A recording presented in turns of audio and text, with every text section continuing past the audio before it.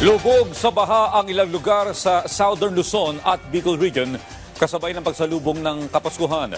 At dulot ito ng tuloy-tuloy na ulan dahil sa shear line. Yan ang ulat ni Patrick De Jesus. Naging maulan sa malaking bahagi ng bansa mula bisperas hanggang ngayong mismong araw ng Pasko. Sa Sampaloc to Saraya, Quezon, ilang kalsada ang binaha dahil sa malakas na ulan.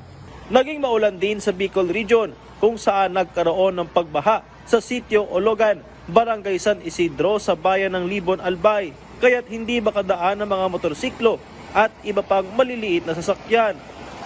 Bahari na naging pagsalubong sa Pasko ng iba pang lalawigan sa Albay, kung saan ilang residente ang hindi nakapag Noche Buena, habang may mga barangay din sa Legazpi City ang nagpatupad ng preemptive evacuation.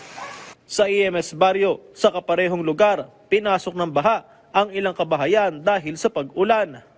May pagguho naman ng lupa sa Barangay Laganak sa bayan ng Balatan, Camarines Sur, kaya't hindi madaanan ang isang bahagi ng kalsada ng anumang uri ng sasakyan.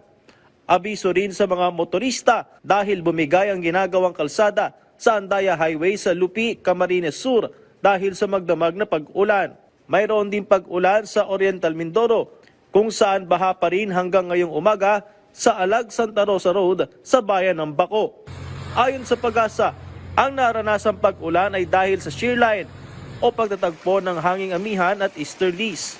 Kaugnay ng nagpapatuloy na ulan dahil sa shear line na makakaapekto sa malaking bahagi ng Southern Luzon, pinag-iingat ng Office of Civil Defense sa mga residente, lalo sa malapit sa Bulkang Mayon. Kaugnay ng inilabas sa lahar advisory ng PIVOX, habang pinaalalahanan din ng mga komunidad at LGU sa mga apektadong lugar na magpatupad ng preemptive response.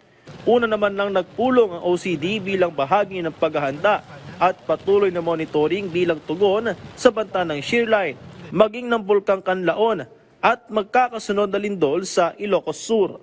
Patrick De Jesus para sa Pambansang TV sa Bagong Pilipinas.